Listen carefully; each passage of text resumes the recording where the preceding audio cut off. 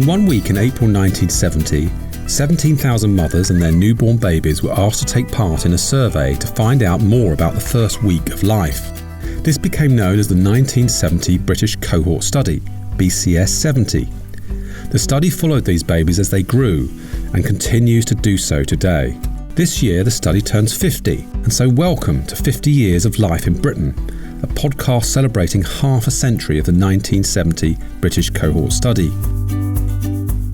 I'm Lee Elliott Major, Professor of Social Mobility at the University of Exeter, and I'll be your host as we trace the story of BCS 70 across 5 decades and consider the future of this amazing study. In our last episode, we learned how the academics and staff running BCS 70 kept it going while struggling on monthly contracts before their efforts gained long overdue recognition when Labour came to power in 1997. There was recognition amongst politicians of the real value of the studies and what they could bring to the table. And we also found out how the study helped British adults improve their literacy and numeracy skills. That research shows that over 14 million people improved their skills. It was one of the largest social interventions we've ever tried in England, and it absolutely worked. Now on to the new millennium. The 2000s would be marked by both optimism and anxiety. Government stability and a booming economy in the early years of the decade would later be overshadowed by terrorist attacks in New York and London, wars in Afghanistan and Iraq, and a global recession. But what was life like for our study members as they reached their 30s? Going into the year 2000, all the talk was about the Millennium Bug and whether the world was going to come to an end because of our computers were all going to go down. And of course that didn't materialise. And then early on in the noughties, of course, the major world event was 9/11. The terror attack of 9/11, and that was the start of George Bush's war on terror and us getting involved as well in the UK, and war with Afghanistan and war with Iraq, and terrible times really. By the beginning of the 2000s, I'd secured a graduate level job. I was on a reasonable wage and I bought a house, and I put it off for quite some time, but I was inspired by lots of makeover shows and grand designs and so on. So I bought a very run-down ex-student rental property and spent 18 months doing it up, and that was an enormous amount of fun. For me, the 2000s were dominated by bringing up children. My oldest child, my son, started school in 2001, and just before he started school we moved. We moved from the northwest down to the Midlands, and that's where we've lived ever since. I think I was a bit of a yuppie in my early 30s, ate out at nice restaurants, went to art galleries, shopped till I dropped, had an Apple Mac at home which I absolutely adored, and less responsibilities at that point, my early 30s, a bit of a heyday. It was a really good time to be in school actually, because it was when Tony Blair and New Labour were in power, and their slogan for getting into power was education. And education. And during that time they really put in a lot more money into primary schools, and I think that you could really see the improvements happening. In 2008, Barack Obama won the US presidential election, and it was very well received over here. People were very happy about it, to see the back of Bush and hopefully to see the back of war. For BCS 70, the Birth Cohort Studies in Social Science, the 2000s would be a golden decade.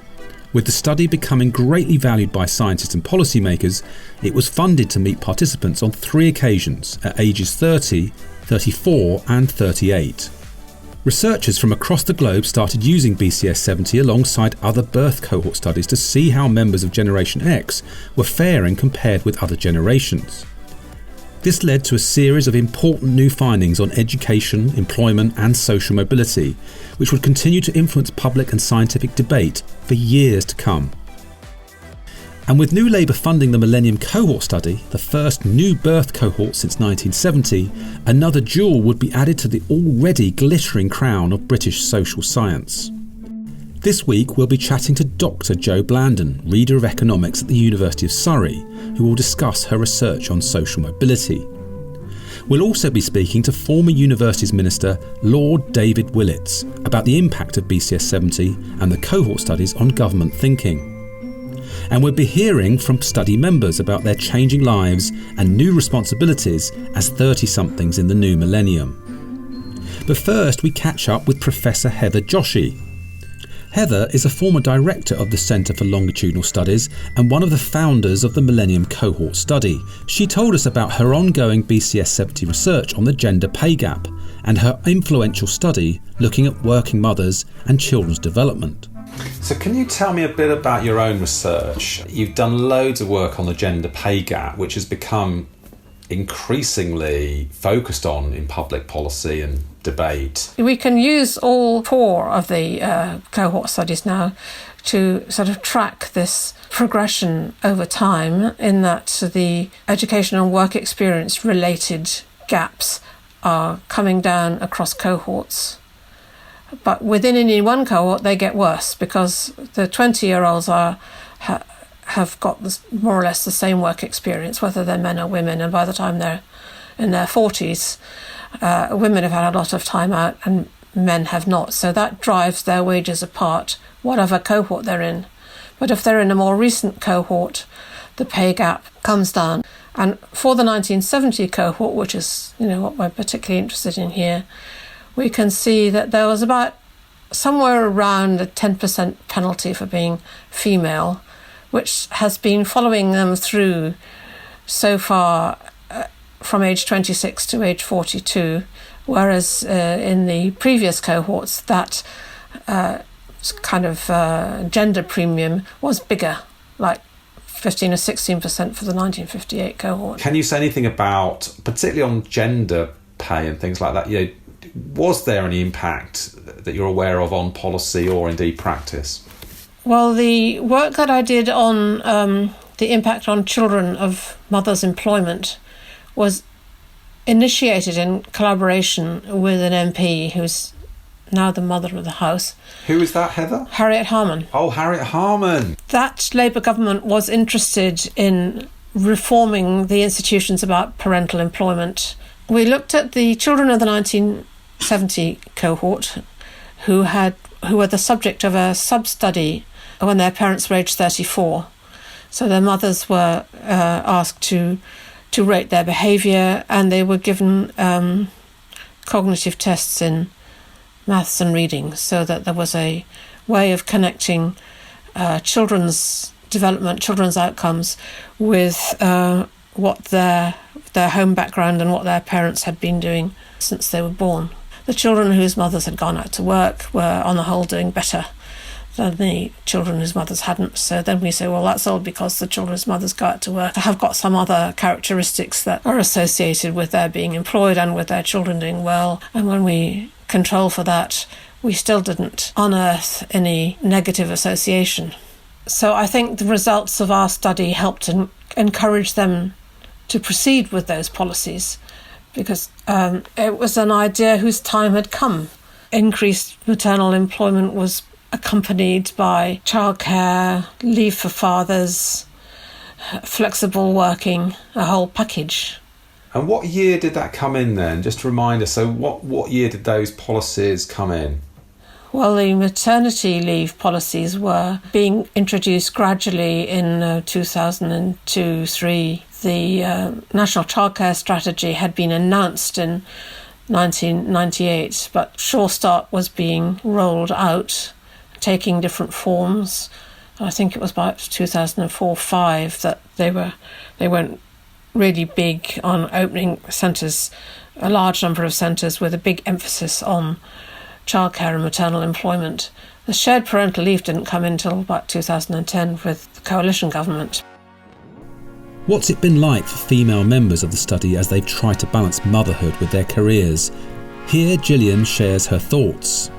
We were encouraged to feel that you could have an amazing career, you could also have a fantastic family life and a lovely home and all that sort of thing. And actually, that's been a huge pressure, because I don't think it's possible. There aren't enough hours in the day for you to have a fantastic career and be a great mum. I think we all have to make our choices, but it was sort of that whole 1980s, the big power shoulders and all that sort of stuff, so you could go off and have a great career in the city, but then you'd be, at home baking cakes with your perfect kids and, your wonderful husband and your amazing family home, and that is just not how life works out.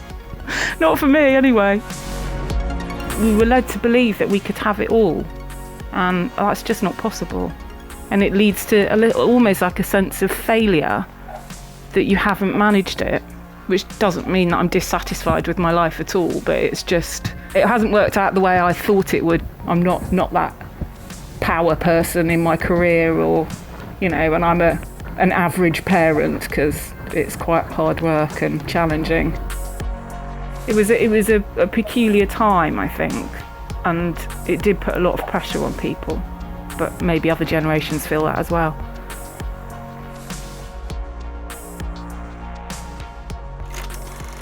Let's now travel back 2 decades to hear what life was like for members of Generation X and their families at the turn of the new century. At age 30, 2 in 5 participants felt they did not spend enough time with their children. 2/3 owned their own homes, and the average house price was £64,000. 3/4 were satisfied with their job, but almost half said it interfered with family life. Half had a computer at home. 1/4 said they exercised every day, but 1 in 10 kept fit less than once a week. A half ate fresh fruit at least once a day. 55% voted for Labour in the 1997 general election. The 1970 study has been used by economists and sociologists to explore a range of issues around education, employment, earnings, and social class. One of the topics that prompted much public debate over the past 2 decades is social mobility, which assesses how much people's early life circumstances are linked to their later outcomes in adulthood. It's such an important debate as it relates to questions about equality of opportunity and fairness in society, and the factors that shape our life prospects. The 1970 study has been useful for looking at whether members of Generation X are more or less likely to climb the social ladder compared to the baby boomers before them. Here, study members Liz and Mike talk about their childhoods and experiences in education.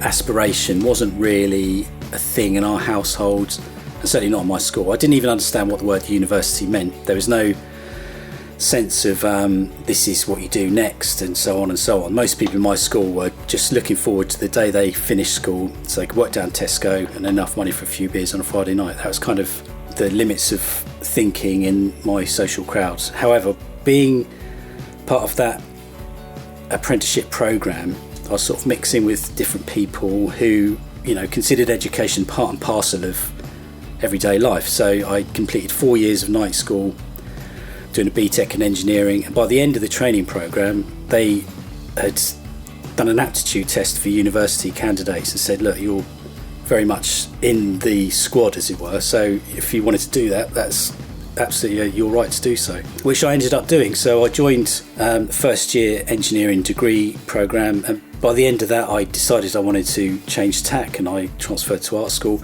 But the main insight for me was, having always considered people in suits and people who are better than me, they give the orders and the rest of us just listen. Having been to university and mixed with these people, I realised they're all the same and they're no better than me. And there was a real moment of awakening where I thought, my voice as a person, as a citizen of England, is just as valid as anybody else's. And I kind of felt it incumbent upon me to get involved a bit more, not be, down at heel and quiet and obedient, but standing up for what I thought should be stood up for. When I reflect back, the challenges were probably financial. I was aware that there wasn't much money around at that time. I didn't necessarily, I think I was very different from anyone else. There was quite a jump when I went from primary school to senior school, in that when I went to senior school, many of my friends' parents had professional jobs. So they were teachers, they were architects, and that opened up an opportunity to me. So sort of finding out that what jobs there were out there, and realising that the expectations were that people would go to university, and that I'd never been pushed. I don't think university had ever been mentioned to me as a young child. But I think slowly in my teenage years I came to the realisation that this was an opportunity. And I say that university was never pushed upon me, but I can certainly remember a time when I was shopping with my mum, and because we didn't have a car, we used to have to we used to call it the village, and we used to walk to the local shops, which were probably 3/4 of a mile away, and it was a very depressed part of Liverpool. And many of the shops were closed. There was high levels of unemployment at that time, and I can remember carrying heavy shopping bags back with my mum, and she would go shopping once a week and take myself and my brother, and we would help her carry the shopping back, and we'd be carrying this heavy shopping bag. And I can remember saying, is this how it's always going to be? Is it always going to be this hard? And my mum very clearly saying, no, you just work hard, just stick with your books, and you can have whatever you want. So I think my parents encouraged me in that they presented to me that there were options and opportunities, and they always wanted the best for me, and they wanted to give me every opportunity they could possibly afford.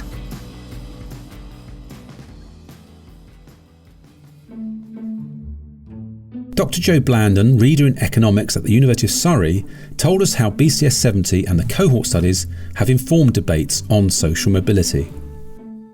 In about 1999, I was doing my Masters in Economics at University College London, and I'd been taught by this guy called Steve Machin. And he already had a couple of things going in this kind of area, but with the NCDS, the previous 1958 cohort.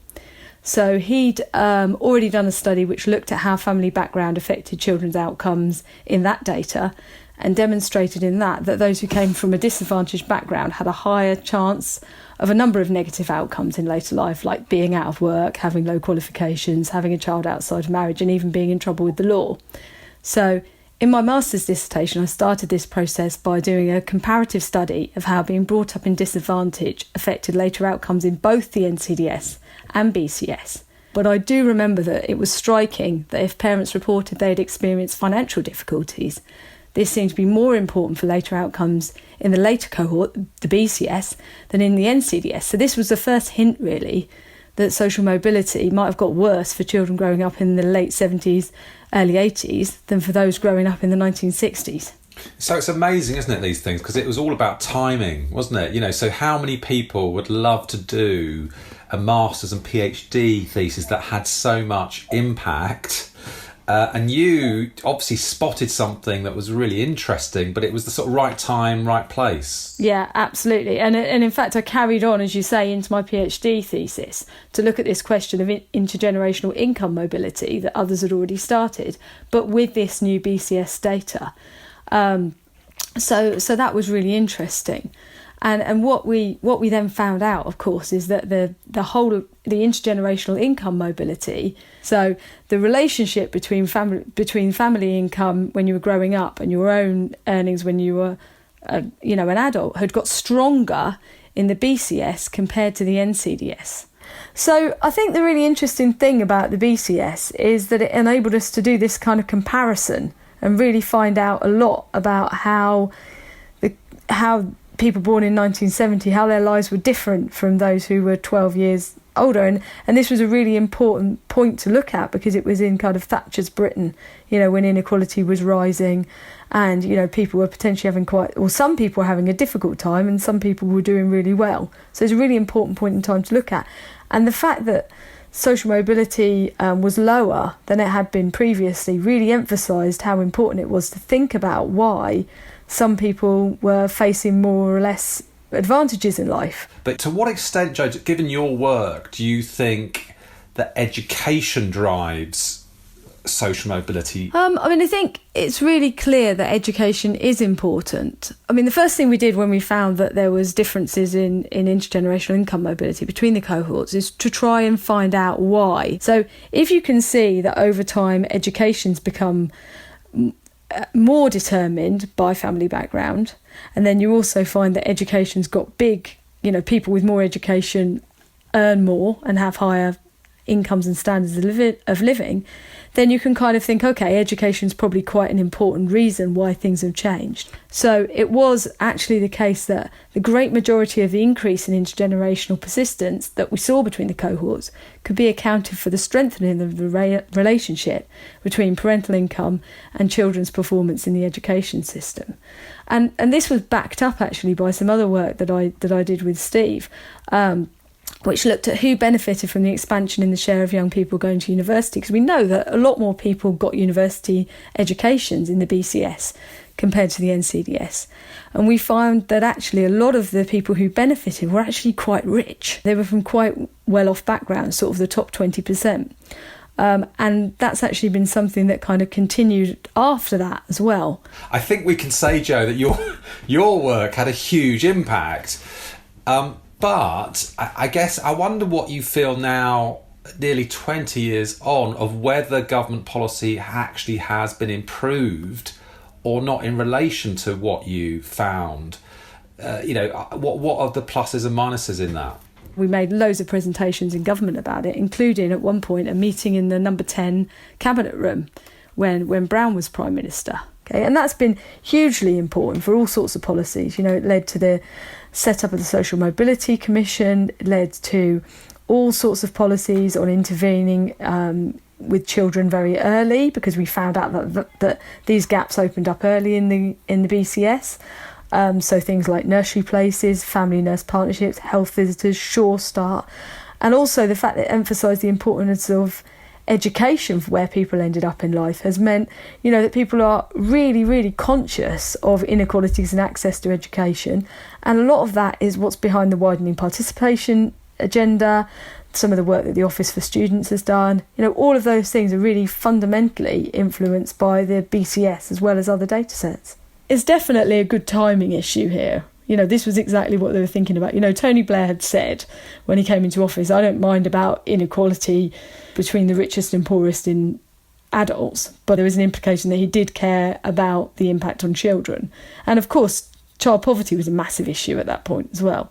Everyone was very worried about that. So it just completely fitted in to the narrative. I think many of the policies which we probably contributed to on a minor level are pretty sensible ones. And also at this time there was a kind of culture of evaluation in government as well. So many of these things were evaluated, and in fact the family nurse partnerships, a colleague of mine, Sarah Catan at the IFS, has been looking at that. And similarly, actually, the same research team has found that Sure Start had some quite unexpectedly big effects on health, even though we thought, actually, Sure Start didn't make much difference. It was overtaken by kind of middle class people. Well, actually, it seems to have made much more difference than we thought. Now we've had nearly 20 years to look back on it. So I think many of these policies were quite positive. It is interesting, isn't it? Because you've actually been involved in lots of research that have backed up that central narrative that the 70 cohort was less mobile than the 58 cohort, but that debate tends to focus really on that narrow correlation on income. But you've done a load of other stuff. But does that, the poverty stuff, because that leads you to different policy implications, doesn't it? Because that could lead you to the implication that actually what we need to do is just redistribute money better, higher taxation, give poor families money. Where do you stand on that, as opposed to the more social mobility type policies which don't tend to tackle those issues? We had this idea, and we were actually commissioned by government to do this, to look at why young people, those who grew up poor but weren't observed as poor in our data when they were adults, why was that? How did they buck the trend? So one thing that we found, and this really speaks to your question about whether it's money or what, is that the level of parental interest in the child's education was really important. So if fathers really cared about their son's education, then this had a big influence on whether the son, it prevented reduced the chances of the son ending up in poverty, even if the parents were poor. Okay, and the same thing for mothers' interest in education for daughters. Okay, and also the early test scores that we observed had a big protective factor.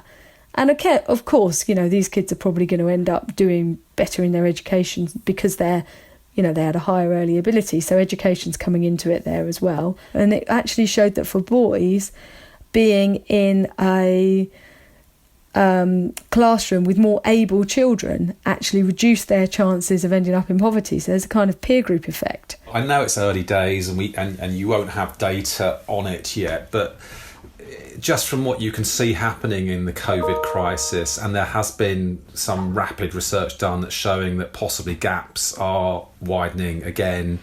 Have you got any sense of what you think this might what impact this might have for the next generation? I mean, yeah, it doesn't look great. I mean, I'm already kind of looking at my own children. I've got one in year 6 and one in year 4. So my child who's in year 6 is back in a class size of 10. It's like being at posh school. So he's absolutely delighted. But the idea of my daughter not getting any schooling for 6 months is really not great. And I mean, it's difficult for us to provide the educational stimulation that she needs. And, she's got one parent who can spend lots of time with her and the other one who spends some time with her. We're learning Italian. And, and even still, the structure is not the same as what she'd be receiving at school. And so it's really difficult. And of course, most people aren't as equipped to offer, to educate their children as we are. So I think it's going to be enormously problematic. And of course, the other issue is not just for children who are now in school, but it's for those who are coming into the labour market at this point, when it's going to be incredibly difficult, because we know that there's going to be a recession. Well, we're already in one, but that this is going to have some long-term implications. And we know actually from the NCDS and BCS what the implication of going into the labour market in a recession or in an area with high unemployment is really difficult for young people and has effects that last a long time. So the study was funded to meet participants on 3 occasions during the 2000s. It looks like Generation X had their hands full during this decade. Here are some results from the aged 34 and aged 38 surveys. At age 34, 6 in 10 participants had become parents. 1 in 7 practiced a religion. A quarter said they did not trust people in their local area. At age 38, 2 in 5 women were working full-time. 45 hours a week was average working hours for men, 31 hours for women. A quarter reported their health as excellent. 1 in 7 had achieved a qualification between the ages of 34 and 38. Lord David Willetts was Universities and Science Minister during the Coalition government. He is now the president of the Resolution Foundation, a think tank that focuses on improving the living standards of those on low to middle incomes. As a minister, he was responsible for overseeing the funding of the cohort studies, and as a writer, he has shown his intimate understanding of British social science in his book, The Pinch. I started by asking Lord Willetts when he first became aware of the cohort studies. Well, it's quite hard to pin down. I mean, the cohort studies have been an important part of kind of British social policy for many years. So I would say right back when I was involved in running a think tank in the run-up to the 1992 election, and then as a backbencher serving on the Social Security Select Committee, our cohort studies have always been a key part of how we've tried to monitor and track social change in Britain. So I would say for decades, and gradually as the results have started being produced, it's had more and more of an effect. So you do think it's been used as much now as it was then? Because there has been a bit of a sort of debate about the use of expertise. Oh yeah, and I think actually it gets more and more valuable, because that's the value of maintaining these cohort studies and regularly going back to the participants and getting more information. It means that all the classic things that people experience in midlife, be it unemployment, mental illness or whatever, you can track back and see if there are features in people's earlier experiences that help explain what they're going through in adulthood. So yes, I think these studies become more and more valuable. What do you think are the most important findings from the cohort study? Because there's been so many there. I mean, you mentioned mental health. What are the other big headline findings for you? Well, let's face it, Lee, social mobility is the big one. And look, it is your mastermind special subject, so I'm very wary about getting into it. But I would say social mobility is probably the most fertile single area. And of course, it's where you compare different cohort studies. We should have mentioned, I think the 1970 cohort study is valuable in its own right, but its value is massively increased when you compare it with the 1958 birth cohort study. And as you know, probably the social mobility debate in the last few years was ignited by those comparisons of the 1958 birth cohort and the 1970 birth cohort in terms of the extent to which people whose parents were in a high or low income category themselves moved into low or high income categories. And it looked as if there was less mobility for the 1970 cohort study than the 1958. So that's a very powerful finding. I have to say that it's a reminder of the constraints. 2 points does not make a trend. But nevertheless, I think that work ignited a very lively debate on social mobility. Did you find that quite difficult, that even with a rich study like the cohort study, that convincing colleagues was actually more difficult, even though you had the evidence? Yeah, well, of course, the answer is yes, because evidence is rarely absolutely conclusive, and especially as there were lively debates about the interpretation of evidence from the 70 and 58 cohort studies. And of course, I had colleagues who said, we can see why social mobility has declined. The kids in 58 might have had an opportunity of going to grammar school and the kids in 1970 didn't. So that's the explanation. And indeed, I got into the evidence that grammar schools were sadly not recruiting many kids from disadvantaged backgrounds and giving them a kind of booster rocket. If anything, they were recruiting kids from, by and large, pretty advantaged backgrounds. But I mean, to be fair to him, Nick Clegg had a cabinet committee on social mobility, which I sat on, and Nick was open to that kind of debate. And I think the evidence, as you tracked people through the life cycle, influenced our policies on things like opening up access to our most prestigious universities for kids from disadvantaged backgrounds. So yes, it was part of the debate. It was rarely the kind of trump card that you played that suddenly resolved everything, but it was definitely part of the debate and talked about. This podcast, we are trying to really just emphasise the special nature of the cohorts. I think you've sort of spoken about that already, but is there any final words you'd say about just why they're special and important? Yeah, I would add one other point, Lee, and it's this, that here we are in Britain, a prosperous country, an advanced Western country with a sophisticated science base. I think we should remember how important these type of studies are in developing countries, how important it is for them. Because let's face it, many of them are going through incredibly rapid social and economic change, perhaps more rapid than what we go through. And I have been in a Shanghai hospital and observed how the babies, as they were born, were all being introduced into a Shanghai birth cohort study so that they could track those babies through their lives. And they looked to British social science and British cohort studies as the model for how to do it. So I think the fact that we make a contribution to social science around the world is a very important aspect of these cohort studies, which is probably insufficiently appreciated. In the next episode, we'll move into the 2010s to find out how our study members were faring in middle age. We'll learn how BCS 70 cast light on increasing rates of mental ill health among men, and find out more about the most recent biomedical survey where participants were given a midlife health MOT. We'll also be chatting to one of our in-house study detectives about the role they play tracing long-lost study participants. See you next week.